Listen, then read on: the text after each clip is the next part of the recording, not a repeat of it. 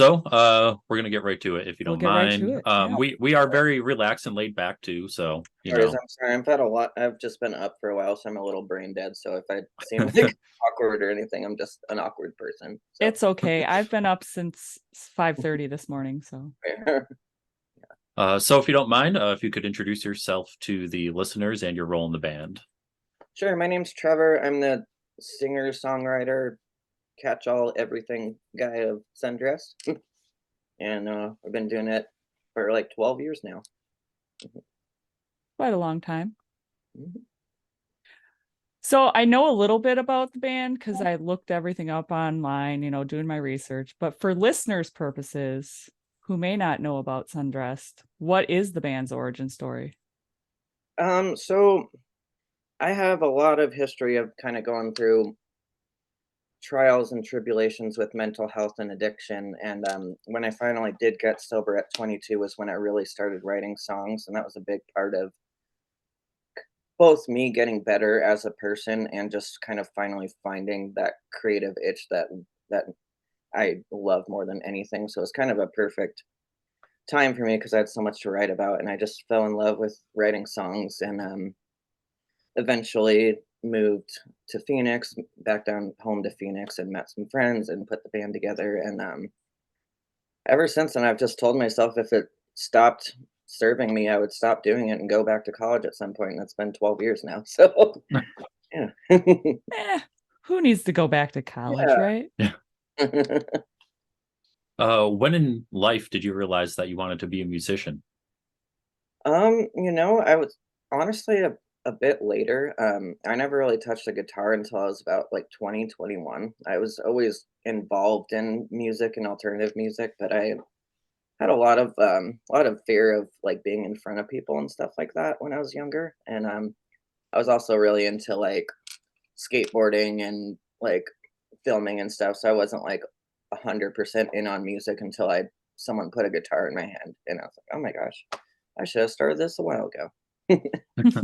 Right. I mean, when I was in elementary school, I tried to play the clarinet and the teacher told me I was horrible. And so I never picked up an instrument ever again. That's messed up. That's traumatizing. I know, right? And you were talking about skateboarding. Well, Chris kind of dabbles. Oh yeah, right on. Yeah, I'm really good at falling quite a bit when I try to do tricks and bring them back to life like I did when I was a teenager. I kind of realized that portion is behind me very recently, and I Yeah. should kind of give up on the trick aspect. And I got a there was like a 9.5 inch wide Element Cruiser that was on sale through Roller Snakes, and I got that at some point during the winter. And so that's primarily what it's transitioned to is me just cruising around the neighborhood now. But That's a good idea because I've tried to go back to the skate park like throughout the years, and I have like some back issues now, and like my feet remember how to do the tricks, but my body doesn't, and I expect myself to like be able to still do stuff, and then I end up hurt within 10 minutes. it's So crazy how like your brain remembers what your muscles should do, but the muscle memory isn't there, and you mm, just can't do it anymore. It's a weird frustrating. feeling. Yeah. Mhm.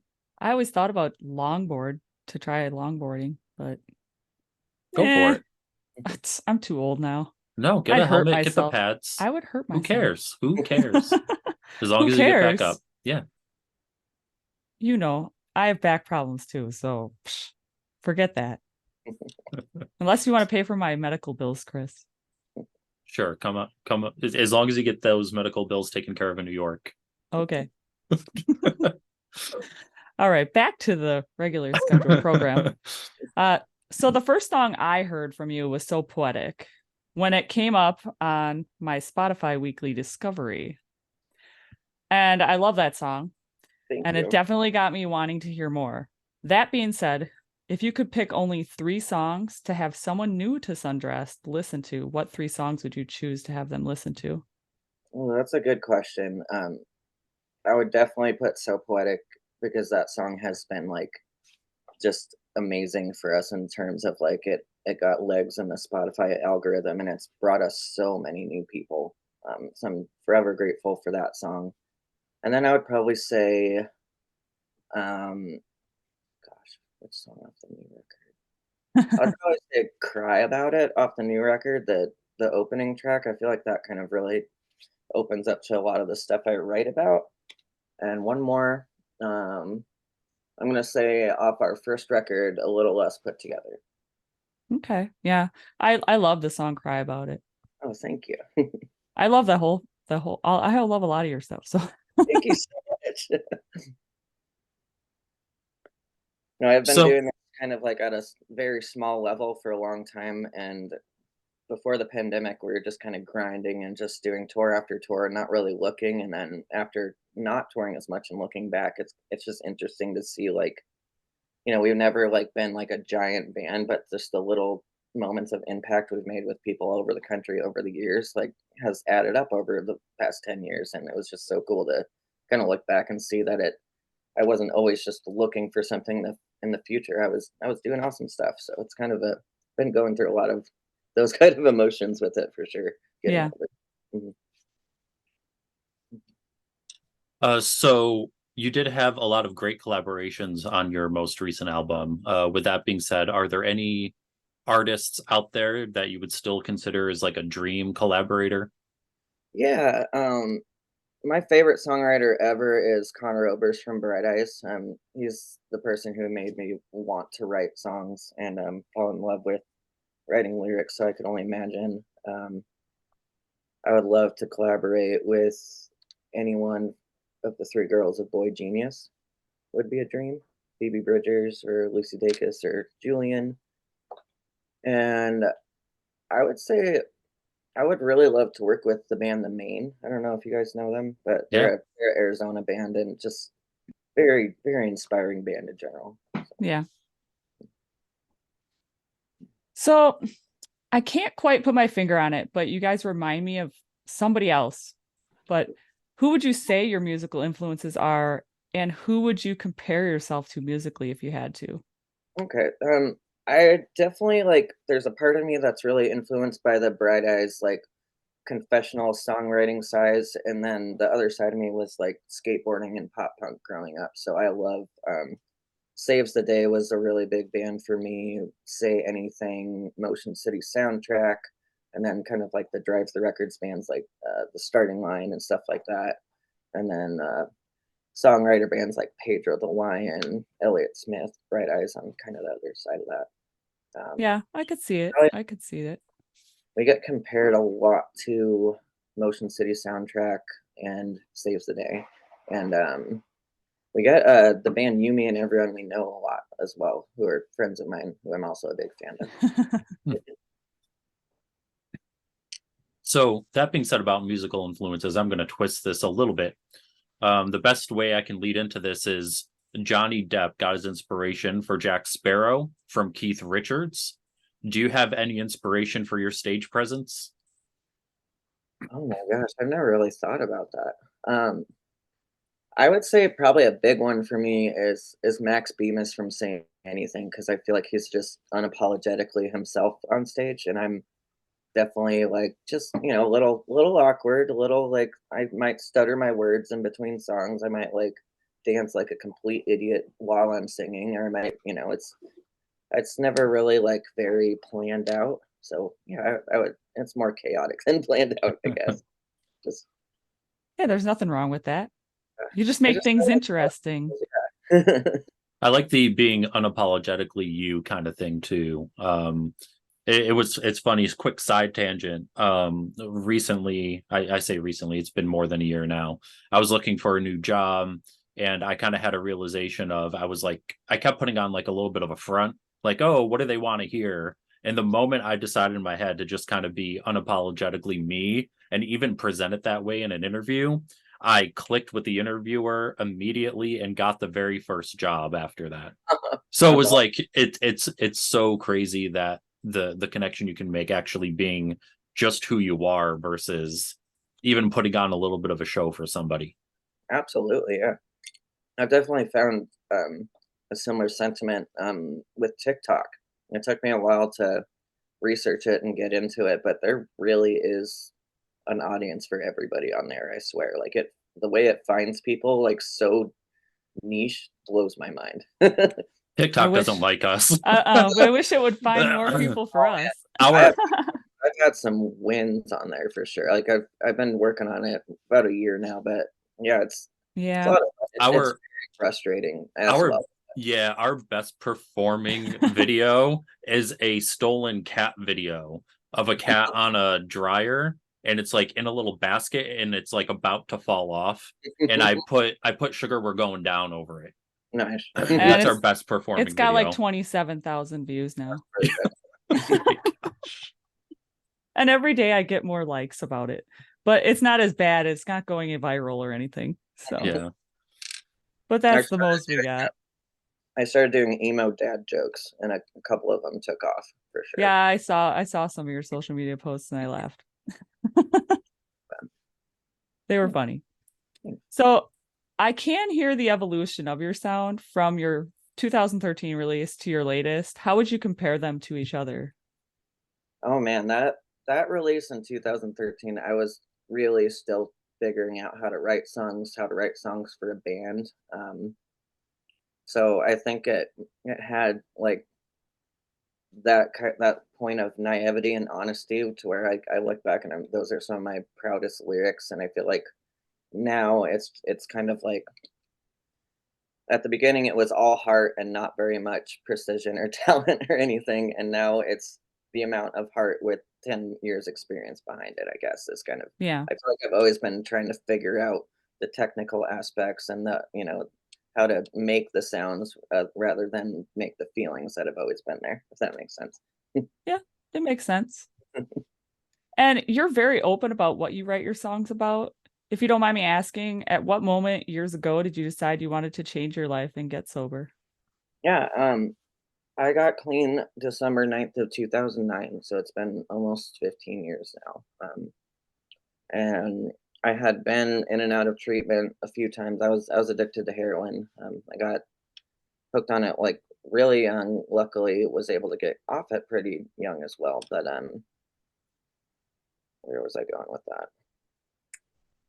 So so yeah, I ended up like just kind of getting to a point where I felt like I couldn't live with it or without it, and I kind of got one more chance to get clean and go to a treatment, and I just kind of gave up and like just realized that I was never going to be able to do it myself, and I had to take advice and figure this out. And so yeah, it's been a Was very th- long time. was there like a particular moment in life, like an aha, like, oh my gosh, I need to do something about this that happened? Yeah, there were a few honestly, which is kind of it just kind of shows the how strong addiction can be. Like I did have Mhm. one very terrifying overdose where I would have died if I got picked up half, a minute or two later.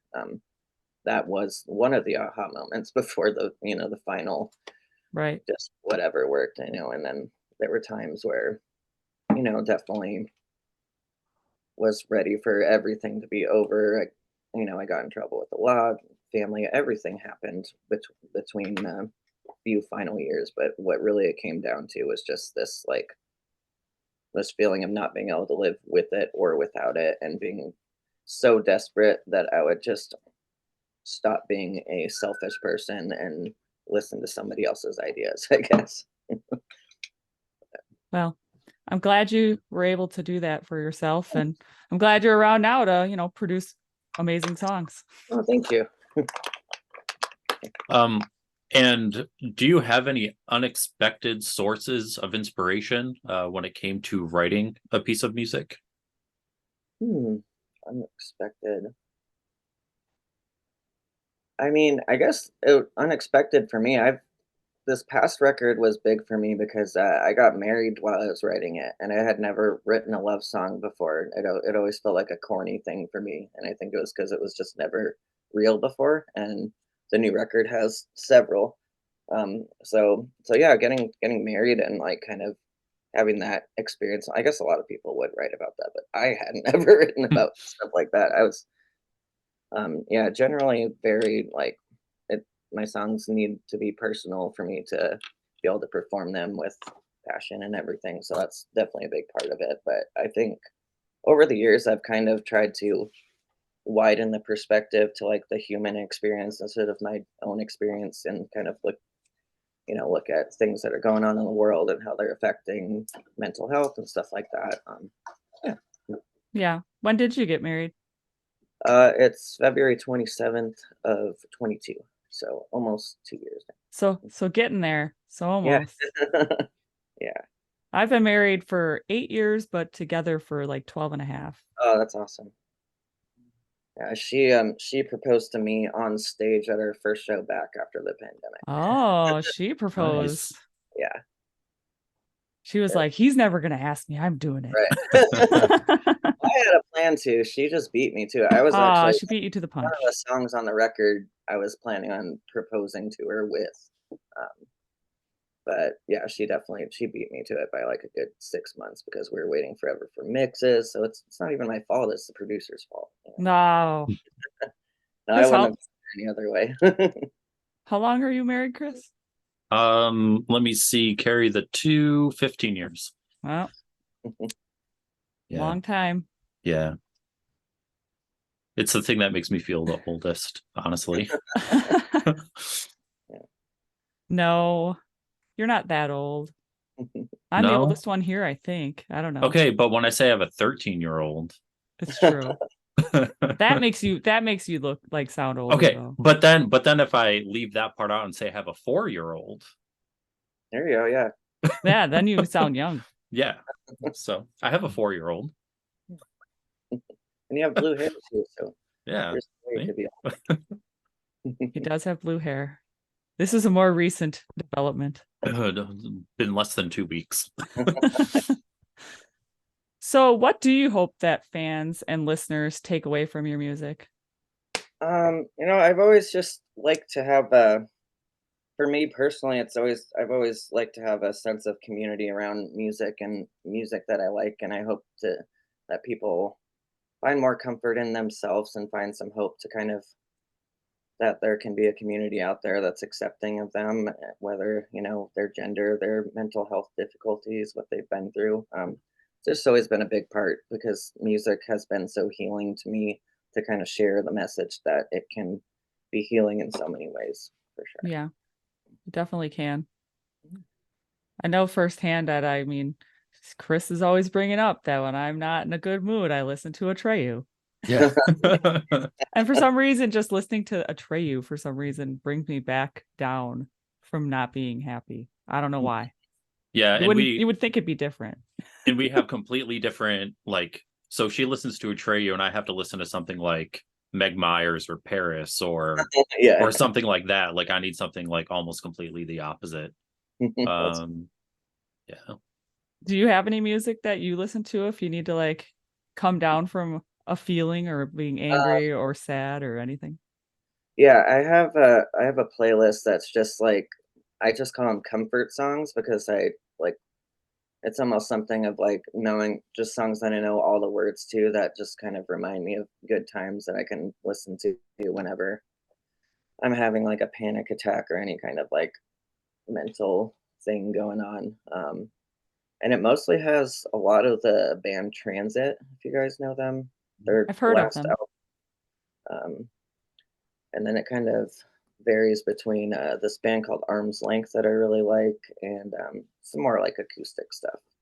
So I guess Yeah. it's more of like a more stuff that you could like drive around listening to, like kind of vibey indie rock acoustic stuff. Right. Yeah.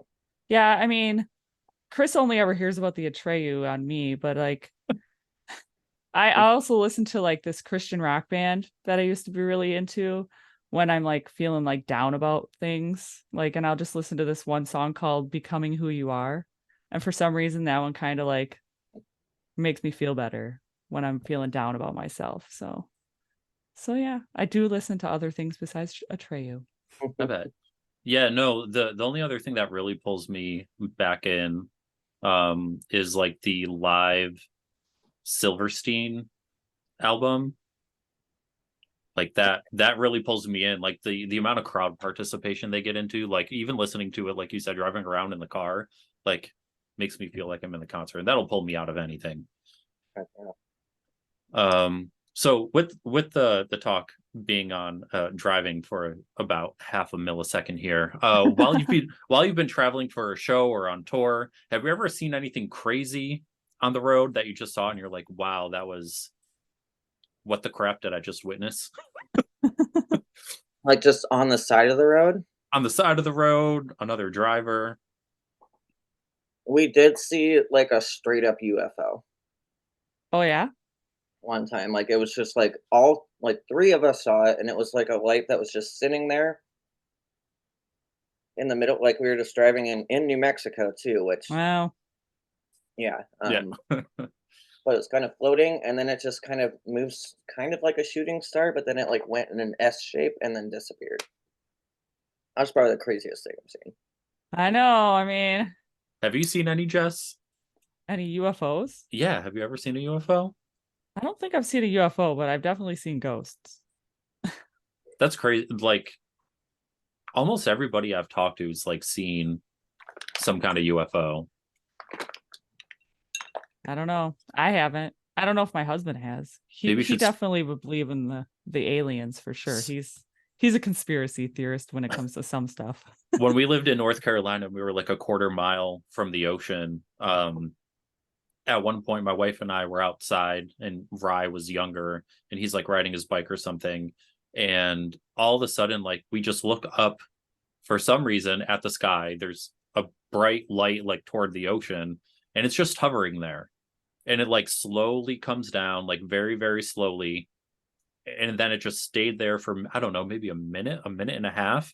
And then all of a sudden it just shot up extremely quickly and it was gone. It was gone. It was the weirdest thing. Yeah. Tom was right. I mean, there probably is extraterrestrial life out there, but I haven't seen it yet. So this question is more for people who might not know your band. You've mentioned on social media that the band is considered adult contemporary emo. Now, if you had to pick 3 to 5 different words to describe your sound besides adult contemporary emo, what would you pick? Ooh, honest, um, a little scatterbrained, maybe, catchy, um, energetic, and fun. I'd say those track. Heck yeah. And are there any bands you've been listening to and would like to recommend to listeners? Oh yeah. I need to look at my playlist really quick so I don't miss one. My wife is telling me from the other room what bands we've been listening to. Um, I have to say this band called Arm's Length. They're on tour. They're opening the Knuckle Puck tour right now, but they're like just one of the coolest, like kind of heavy-ish Midwest emo type bands I've heard in a long time. Like they remind me of like the Hotelier a lot. Um, they're just incredible songwriters. Them, and then there's a band from the South called Neutral Snap that we just met. They're like pop punk band that has like a bit of a. They're from Louisiana, and they're kind of have like a '90s vibe to the music, and they're very like. If you met them, you would think that like they're about to take you to a frat party, but then you listen to the songs and like you're like, oh, like the frat guys have like a bunch of depth and like stuff. I don't know. I don't. That's the best way I can describe it. But the music is just there. A- And then I've also got to say, our really good friends in Diva Bleach, who we just took out on tour. They're about to take over the world. They're a duo, two girls, Brie and Sydney, and they just signed to In Vogue Records and put out a great song. And then I'll recommend one more TikTok find, a very small artist called Bike Routes, singer songwriter type vibe that I found on TikTok, and probably my favorite album I've heard all year. We'll definitely have to check them out. I think I've heard of Arm's Length before. I have a feeling they're like they seem to be like buzzing a lot. Like everyone's kind of yeah, very very good. And if they're Midwest, I mean, come on Yeah, now. I'm Midwest. I think they're actually from Canada, but they have that Oh, like, Midwest emo sound. You know, ah. they're kind of, yeah. So if you could describe your music as a smell, what scent would it be? A smell? Yeah. Probably um like coffee roasting, maybe? I Do don't love know. the smell of coffee roasting. Yeah. I do. Or maybe some kind of citrus. Kind of makes sense to me. Ah, Chris, you and your interesting questions. So, in researching the band a bit more for this interview, I did hear on another interview that you were gluten free. It just so happens that I am gluten free as Nice. well. So, how long have you been gluten free and what made you go gluten free, if you don't mind me asking? So it's been about 2 years now, and my wife has celiac, and Okay. among several other allergies, she's very difficult to for her to eat out at all. We have to eat at home a lot.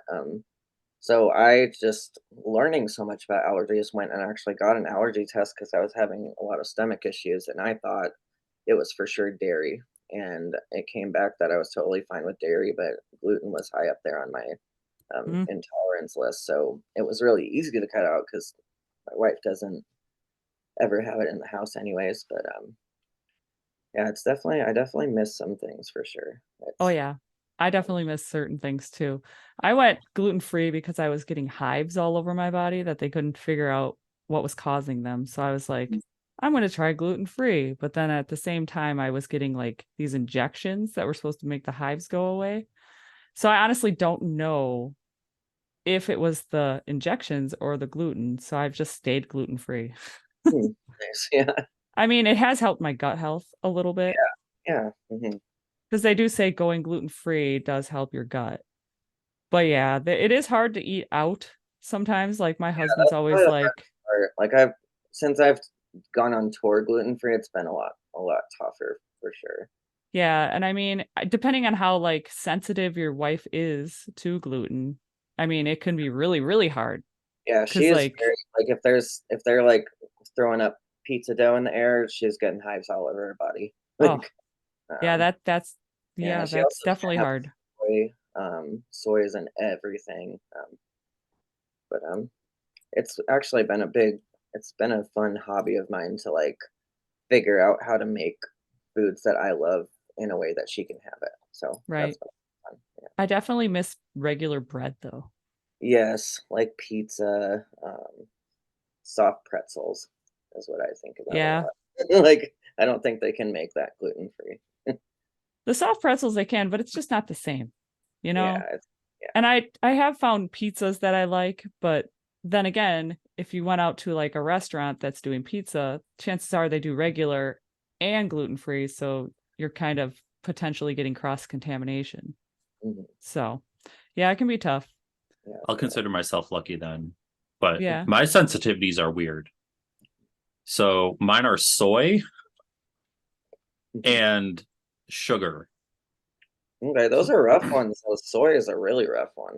Yeah, so because soy is seriously in everything. And what really hits me hard is if we go to a restaurant and what they used to fry their food in is soybean oil. Like I That's am that's down and out for 12 hours. that's same with Um, Michelle. Yeah. yeah. But the sugar thing, if I have any kind of cane sugar or even like sugars from alcohol to an extent, like lactose bothers me. But like any kind of sugar, I just have insane amounts of cramping. Yeah. Man, it's amazing what your bodies can withstand, but then like certain things just mess you up. Right. Well, because people are like, well, why do you how do you even like the flavor and all that other stuff of like stevia? Because now everything I do is pretty much stevia. I was like, well, I've gotten used to it. I don't think twice about it now, but would I prefer regular sugar? Yeah. Right. But Yeah. And I'm different because I stopped taking any artificial sweeteners because it was causing tinnitus in my ears. Oh wow. And as soon as I stopped the artificial sweeteners, no more tinnitus 3 months later. Michelle says to try coconut sugar. Coconut sugar? Mhm. Yeah. I'll have to do that. Well, if you ever need any tips or anything on gluten-free recipes, I feel very seen by this podcast. I feel like, you know, I feel like y'all are similar in age to me as well. yeah, I just turned 40 this year. I'm 36, so I'm 37, so yeah. We're in the We're same all right age there. bracket. yeah. Like when you're filling out a survey online, they're like, "What age group are you in?" 35 to 40. No, it's a way bigger gap than that now. They're like Is it? 25 to, they like ask like 25 to 40. It's like a huge, Depends on the survey. once your like frontal lobe finishes like solidifying, then they just like, you're good until 55. You're not going to change. So you seem very passionate about the band. Is there anything else you're passionate about, or even a hobby you're into? Yeah, I am. I'm kind of a career barista, you could say, because I've always worked in coffee when I'm not doing music, and I've done roasting, I'm done like tastings, competitions. I'm a big fan of specialty coffee for sure. I also like to cook. Um, Skateboarding is something I still follow. I don't do it, but personally, but I love watching like the contest still and everything. Oh Um, yeah. yeah, those are my main things, and obviously, I go see a lot of shows, a lot of music too. Yeah, I just saw Story of the Year on Nice. Sunday, the Page Avenue tour, and that was great. I was like, ah. And Chris is laughing at me, of course. He laughs at me a lot. Listen, I try and keep track of how many episodes you go through without mentioning Story of the Year. I can't help it. They are my favorite band. So, Nice. but yeah. And you were talking about skateboarding and how you like to watch it and everything. And it's like, I actually used to go to like these BMX events and watch BMX like trick shows and stuff. And I was friends with a bunch of BMXers. I loved watching all that stuff. I never went to X Games. I wish I could have made it to an X Games. Didn't Anyone? they have a couple stops in like Minneapolis? Yeah, I I know think that's they not did, like right there, but but I didn't go. is there anything you've learned about yourself through creating music? Um, yeah, I've learned that I'm really stubborn and I never give up on something I love doing. Um, yeah, um I've learned that I can like people I've definitely gotten a lot of self-confidence and validation from it. I've learned that I can be someone that someone looks up to maybe, which is a crazy feeling, you know. I've learned I can withstand a lot and go through a lot to keep doing what I love between like, like countless overnight drives to just the sheer insanity that is the music industry. It definitely takes a lot out of you, and Yeah. I've definitely proven myself resilient that I can survive just about anything, and yeah, just I guess that's I'll end it there. All right, my very last question isn't really a question. We kind of alluded to this at it earlier in the episode, but tell us your best dad joke. Best dad joke. Okay. I'm gonna make an emo dad joke because it's on brand. Um, okay, let's see, which one should I do? I mean, you can share more than one. We're Okay, fine. what? We're all ears. How did Taking Back Sunday ruin the surprise party? They told all their friends. And I'll give you one more. Why doesn't My Chemical Romance use backing tracks? I don't know why. Because that is just not the Gerard way. Yeah. Those are good ones. Chris, don't even say it. I'm not. No, don't worry. So yeah, I mean, that's all we got for you tonight. Oh, well, yeah, thank you so much. I mean, I haven't done a podcast in a while, so it means a lot Yeah, that I people are mean, still finding Sundressed randomly and stuff. we actually haven't recorded for like a while It's been now. about 3 weeks. Yeah. Oh, right. We have a few Bonker. episodes done and ready to post. They just haven't posted yet and everything. And Well, right on. Well, it's You great were- to meet you. you were talking about drive-through bands, and I'm like, oh, we just interviewed Chris from Hidden in Plainview. Nice. No way. So I've known Chris for a while. Oh, that's awesome. Is there anyone that you think would potentially come on our podcast that you could recommend we try and get in contact with? Yeah, I can. Let me think off the top of my head. There's. I would say, off the top of my head, Diva Bleach, who I mentioned. They're doing really cool stuff right now. Maybe like there's a band called Nominee that we did a split album with. Trying to think of other bands we've played with a lot. I would check out Rude Records, the label we're on. All the bands are cool. Telltale. Another band called Friend Circle that we just toured with. I would definitely recommend them. They're like kind of they remind me of like Sum 41, like super throwback pop punk. Trying to think who else. Glacier Veins, Northbound, Good Terms. There's a lot of cool younger bands out there. Yeah. Well, maybe I'll hit you up on Instagram and you can just send Yeah, us a little list.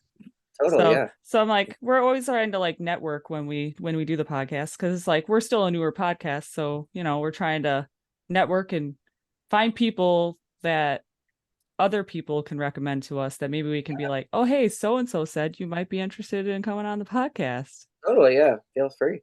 Yeah. And then we just had one other thing we've been having people we interview do, and that's make like a little introduction. Okay. Where we just have you say like who you are, what the band is, and like, well, how do you want to say it, Chris? Like, so like think of it as like an old school radio intro, like how they're like, hey, this is so and so from whatever band, and you're listening to JAMXP. Yeah. JAMXP. It's real short, so it's not even really long. All right, you ready? Yep. Hey, this is Trevor from Sundressed, and you are listening to JAMXP.